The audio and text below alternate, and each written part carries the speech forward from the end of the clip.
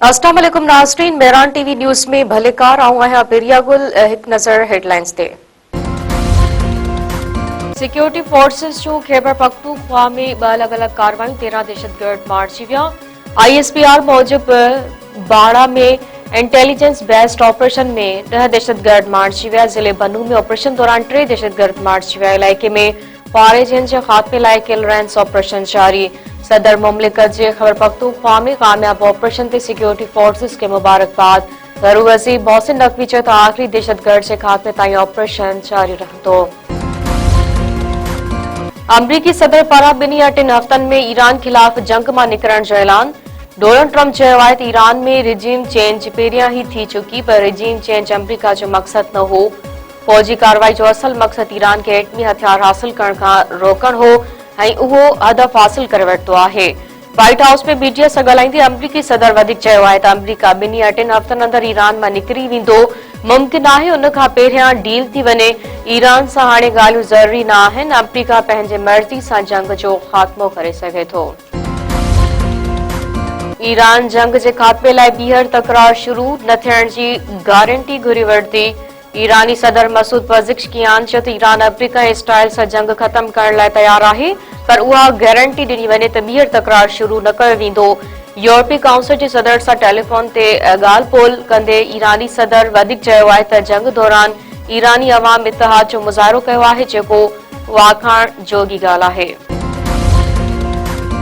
अमरीकी सदर पारां जंग जे खात्मे वारे ऐलान पात एशिया जे स्टॉक मार्केट में तेजी। पाकिस्तान में स्टॉक एक्सचेंज में कारोबार शुरुआत में इंडेक्स 3.3% इज़ाफ़ो। ट्रेडिंग दौरान इंडेक्स 4,900 जी वाध सां 1,53,600 ते ॾिठो वियो। जापान जो नकई 4%, कोरिया जो सपी इंडेक्स 6% खां मथे ॾिठो वियो। सिंध जे 45 मुख़्तलिफ़ ख़ाली सीटनि ते नंढी मकानी चूंडनि शेड्यूल जारी। सिंध जे 16 ज़िलनि में 45 ख़ाली सीटनि जी नंढी मकानी चूंड 17 मई ते थींदी। शेड्यूल मूजिब 2 अप्रैल ते रिटर्निंग ऑफिसरनि पारां पब्लिक नोटिस जारी कयो वेंदो। 6 खां 8 अप्रैल ताईं उम्मीदवार नामज़दगी कागज़ जमा कराए सघंदा। 13 खां 15 अप्रैल ताईं नामज़दगी कागज़नि जी जांच पड़ताल कई वेंदी। 16 अप्रैल ते उम्मीदवारनि जी शुरूआती फ़हरिस्त जारी थींदी।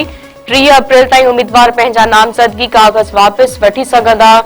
4 मई ते उम्मीदवारनि जी हतमी फ़हरिस्त जारी करे कंहिं चूंड निशान अलाट कया वेंदा।